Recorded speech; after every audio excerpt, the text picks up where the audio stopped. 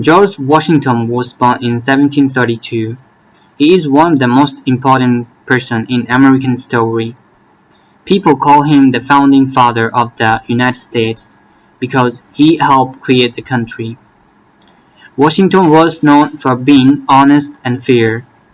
He believed in freedom and wanted to make sure people had the right to be free.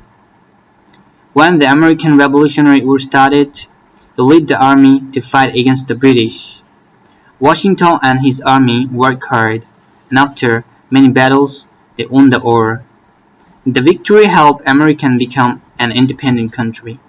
Later, Washington became the first president of the United States.